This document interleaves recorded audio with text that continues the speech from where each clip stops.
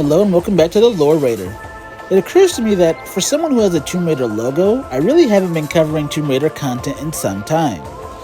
Secondly, good friend of the channel Xeratone made a video about why Dark Samus, in his opinion, is not a compelling villain, which tied neatly into my last video actually about why SAX is indeed an excellent video, which was inspired by his video before that, which was what is canon in Metroid, which tied directly into my video before that, which was what is canon in, well, Metroid. Needless to say, there's a big chain connecting our videos, and I thought, why not continue that chain? Whilst I do not agree with everything in his Dark Samus video, especially the scaling parts, I do think he makes some very solid points, and I want to tie it into another series I think has exceptional villains, the Tomb Raider franchise, and namely comparing how Dark Samus and the SAX from Metroid and the Doppelgänger from Tomb Raider show the best and worst of the Evil Counterpart Trope.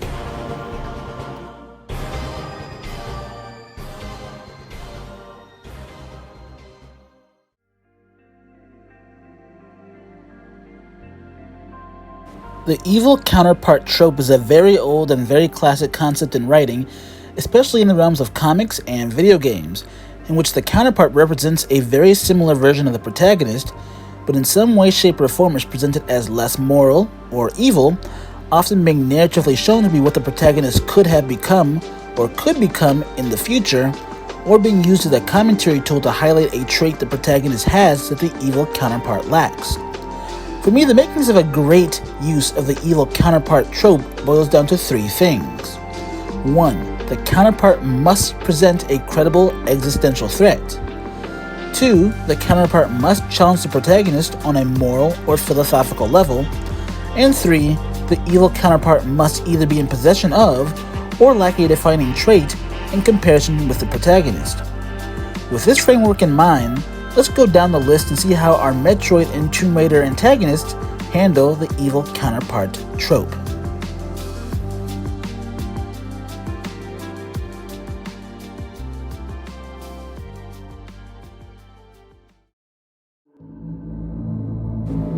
Let's start with my first criteria. The counterpart must present a credible existential threat. To expand on this, being a credible threat can mean various things. It could be on an intellectual level, like Lex Luthor against Superman. Or it could just be a consequence level, like the Flood from Halo. The consequence is, if they win, they'll infect the entire galaxy. Since I talked about the SX in my last video, I'll always keep my section on her brief, but she fulfills this criteria narratively and mechanically. Narratively, Samus is now a Metroid, a helpless, powerless Metroid in the face of the very thing that exterminated the Metroids, herself. This immediately sets the dynamic between the SAX and Samus. Mechanically, this is backed up as in every encounter, save for the final one, Samus is always powerless against the SAX and must flee from it instead of fighting it. The narrative and the moment-in-moment gameplay work in tandem to provide Samus and the player with that existential threat. But a compelling villain does not always need to threaten the player specifically, and can remain compelling simply by way of the narrative entirely, or their interactions with just the protagonist. The Doppelgänger from Tomb Raider Underworld is a clone of Lara Croft, created by the two antagonists of the Legends timeline, Jacqueline Natla and Amanda Everett. In previous Tomb Raider games, Lara has encountered Doppelgängers in the form of Bacon Lara, who was fairly mindless and simply copied her moves in reverse.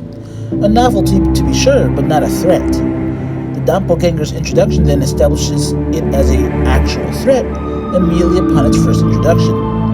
When we first see her, she seems to be just like every other clone, pretending to mimic Lara's movements intentionally to play with our protagonist, and fooling the players into thinking this is just another copy. But this illusion is shattered when she pulls a gun and swiftly executes Lara's friend Alistair. What follows is nothing less than a beatdown, as the Doppelganger proves to be Lara's superior in every physical way before escaping the scene.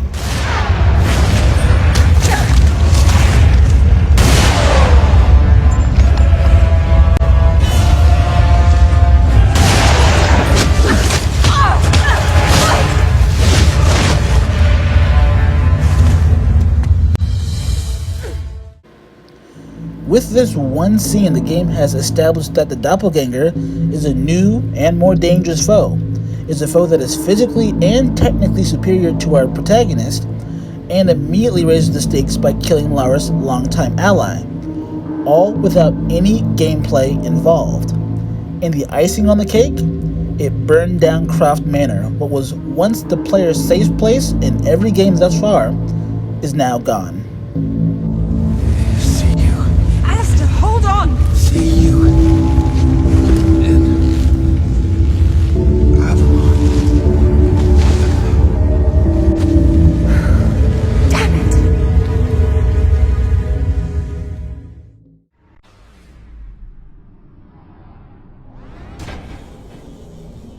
It's here I have to disagree with Xeratone.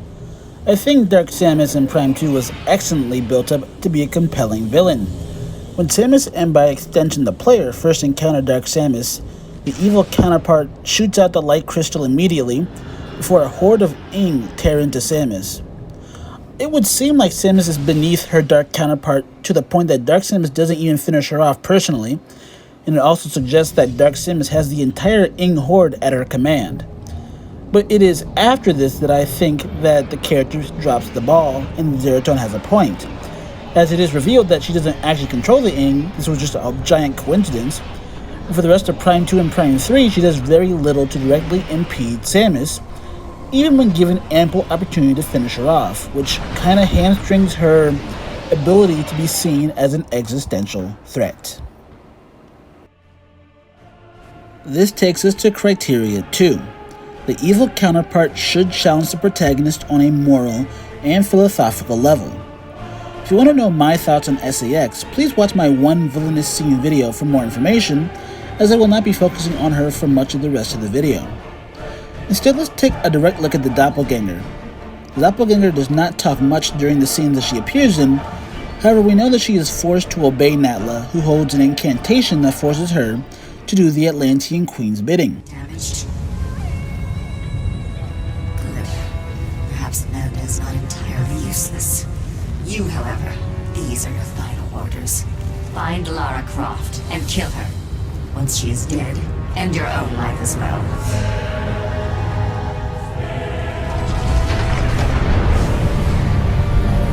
I do not wish to see her face again. The Doppelgänger is not a free person, it is instead a slave of compulsion. However, this is not any different from our protagonist Lara Croft. The Doppelgänger herself calls Lara out on this in their conversation. Then tell me this. What the hell are you? I am you, with the flaws removed. Really? Free will is a flaw? Obsession and compulsion are much the same. Either way, we are neither of us our own masters. And she's right. Lara is obsessed with chasing the ghosts of her past, namely the search for her long-lost mother and chasing after a friend she thought dead. To the Doppelgänger, both are shackled in chains. It's simply that her chains are more apparent. This revelation that the Doppelgänger never had any free will forces Lara and the players to look back on her past actions and question themselves on if they can hold the Doppelgänger accountable, therefore challenging Lara to determine if she's who she should find responsible for the deaths of her friend. This recontextualizing of the entire game and the simple back and forth dialogue does wonders to develop the Doppelgänger's character and makes her far more compelling than your typical mind-controlled slave trope.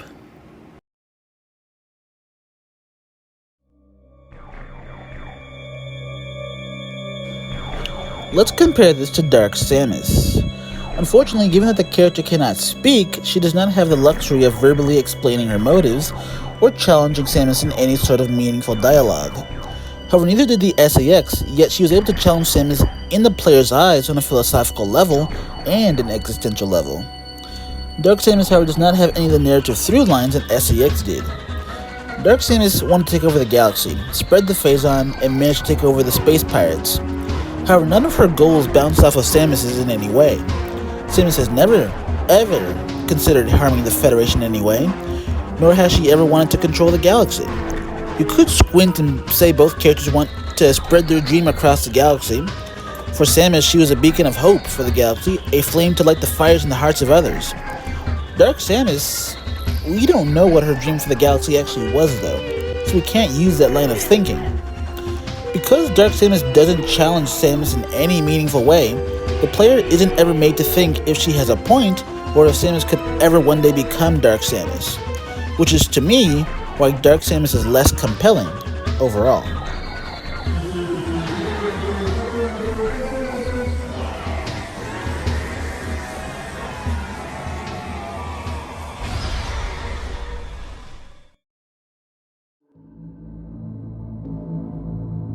That brings us to the final criteria. The evil counterpart must either be in possession of or lack a defining trait in comparison with the protagonist. I did say I wouldn't use SEX again, but here I go.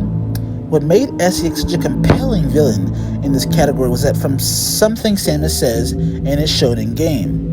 Quote, "The SEX is me, only heartless." To go into it a little bit, SEX has all of Samus' memories, her skills, her power, and the two share the same ruthless determination to exterminate their foes. However, what SAX lacked that Samus had was a heart, was compassion and mercy, and that proved to be the biggest difference of them all. But what about the Doppelgänger from Tomb Raider Underworld? Ironically enough, it's the Doppelgänger that has something that our protagonist lacks, and that is a sort of innocence, if you will. Both Lara and the Doppelgänger are identical in every way. They're smug and arrogant, physically capable, obsessed with tasks in front of them, and both love guns. But the blood in Lara's hand are of her own causing. Hell, she even jokes about it in-game. You have broken into my house. You have killed my men. I've simplified your payroll. And now, if you don't mind, I'll streamline your inventory. But the Doppelgänger, at least to Lara, is not responsible for anything she has done. And this makes them different. This takes me to the final scene where we have the Doppelgänger. Lara gives her freedom, but she has to follow one last order. And that's to make sure Natla suffers. And then that final cutscene as the Ether slowly envelops the Atlantean Queen, and she begins ordering, and then promptly begging the Doppelgänger for help, we see a sadistic smile on her face. The question I'm left with though is, whose smile is that truly? Is it the Doppelgänger's own sadistic glee? Or is it the one who ordered her to do this? Is it Lara Croft's? Or is it both?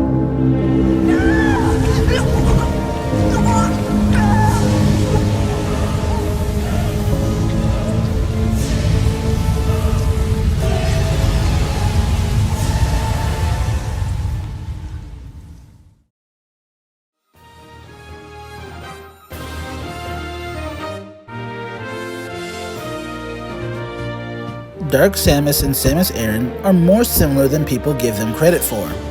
Both of them have a sense of honor, as Samus tried to save Dark Samus from falling to her presumed death, and let Dark Samus, crawl towards her and didn't, finish her off when she had the chance, and Dark Samus didn't shoot Samus in the back, and instead engaged in a fair fight. Both have little regard for the space pirates. Both are almost entirely silent, save for Dark Samus' laughter and the sounds of pain they both make. However, there isn't any one emotion or trait or virtue that I can think of that either one has that really defines the relationship, and neither character learns any virtue from each other. Samus does not consider her foe's perspective or thoughts, and neither does Dark Samus in turn. You could argue that the trait of being evil, in a nebulous sense, is a through line, but this is the same series of games where Samus didn't shed a single tear after she wiped out an entire alternate universe. So Dark Samus' cruelty or evilness isn't being played off of Samus' pacifism or virtue in this regard. This lack of any narrative through line or link between the characters makes for a less compelling narrative and devolves what should have been a very interesting battle of ideas, or at least a battle of virtues, to blue monster bad, Phazon girl must kill. It's just not as interesting.